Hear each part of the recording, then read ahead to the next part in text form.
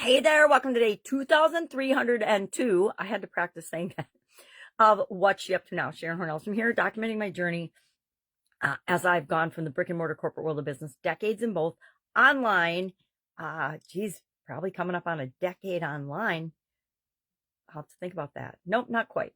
Didn't come online until I didn't come online on purpose till 2017. So I got some years to go. I'm just pushing the timeline ahead. Speaking of timelines, we're talking about the Lifeline exercise for the Let's Grow Annual Challenge private Facebook group today. And I shared the Lifeline exercise. It's such a powerful exercise. I'm surprised more people don't do it for themselves and for personal growth and personal understanding and, I guess, self-awareness. But a lot of people aren't very self-aware, I suppose. But we do it every month as part of the annual challenge. Been doing annual challenges for, I thought it was 5 years, but it's been 7. And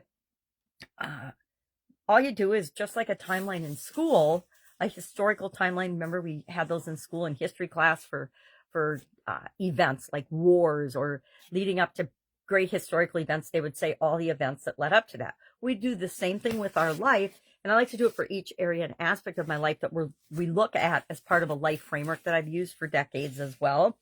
And we just put on there the key events that have happened in our life. And then we look at each month, how did those events impact this month, for example, our mental growth, how did it impact our mental state, our mindset, our well-being, our mental well-being, as well as, what actually happened might affect us physically, mentally, emotionally, spiritually, financially. It can have all kinds of effects. And that's why I think it's such a powerful exercise.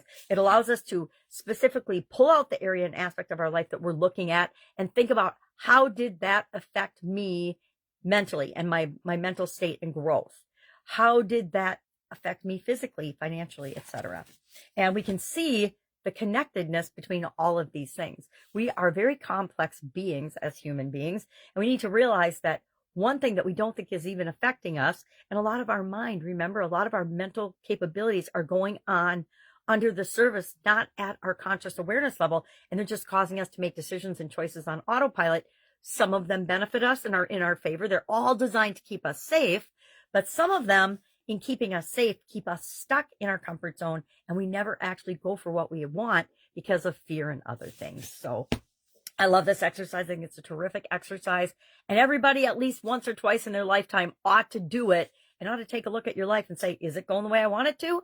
Or do I need to take responsibility and make a couple of changes in that life?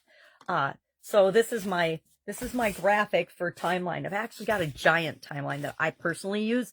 It's one of those poster boards. I got it at Walmart, I think, using my wallet, my mobile wallet pay, actually, to create that, because I like to look at it on a big, number one, I don't see very well, but number two, I like to look at it in a big format so I can see, okay, well, when this happened, it affected not just my physical health, but all of these other areas and aspects of my life.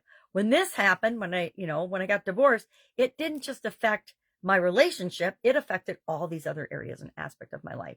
And then I see whether I'm coming out of things in a positive way or whether I'm letting them drag me down for longer than I would have liked, or I want to learn from that it took me longer than I wished it would have, and I want to make different choices and changes going forward in the future. So, Lifeline exercise. For Supersize Your Business, we're actually talking about mobile payments, because it's something I don't think about very much now, but even I have succumbed to the ease and effortlessness of using my cell phone to pay for things. I use it at Starbucks, use it at Walmart. Don't go to either of those very often, but when I do, it's pretty darn convenient to just tap my wallet and pay for things.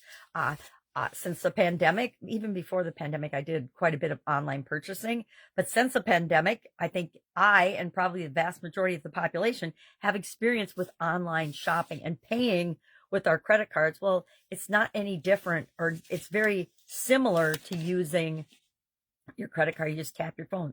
QR codes can be used to pay. There's mobile tapping, literally systems that communicate with one another so they can tap your wallet and automatically pay that way.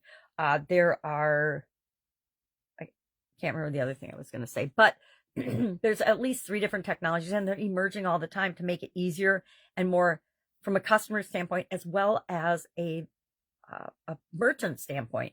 You know, if you can go into the restaurant, I don't love it. I'm going to say, I don't love all the automation that's happening in the restaurant industry. Part of why I used to love going out to eat and eating in a restaurant is the experience. And now it's not necessarily from the customer's standpoint a great experience. If you don't have a human being, you just sit down and there's a little computer screen and you have to read through the menu and pick your own food. And then somebody basically just brings the plate to your table, and maybe you even order your drinks that way now.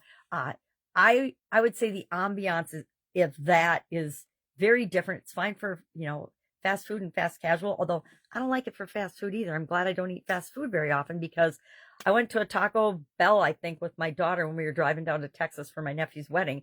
We went into a Taco Bell, and yeah, there were people behind the counter making food, but there was no one actually selling at the register. You had to use one of these kiosk things to order your food. It's kind of like the airport. You know, you got everything's automated in a kiosk. Why? Because people realize that human resources are not only their most valuable, but they're also their most expensive. So hopefully they're putting human beings where we got to have human beings, but I see mismatches and mistakes there as well. Anyway, I don't like self-checkout at the grocery store or at any store either, just to be honest with my inability to access and accept certain types of technology. That's just a personal thing. So that's all I've got today. Hanging out with my amazing granddaughters. Their parents have a wedding that they are standing up in, and so that's super exciting. If I can help you in any way, all you have to do is ask. I always say, I don't know a lot of stuff, but I do know a lot of stuff. And if I don't know what you have a question about, I do guarantee that I know how to help you get the answer to that question. I either have a resource or a person that can definitely, positively, 100% help you with that. So just ask, right? One of the biggest challenges I've had to learn in my life is to ask for help or ask the question. And every time I think of that and remind myself of that, I think of a person that passed away a while ago and how he actually reinforced and taught me that. All right. If I can help you anyway, ask. Otherwise, have a great day. And I'll, of course, be with you tomorrow.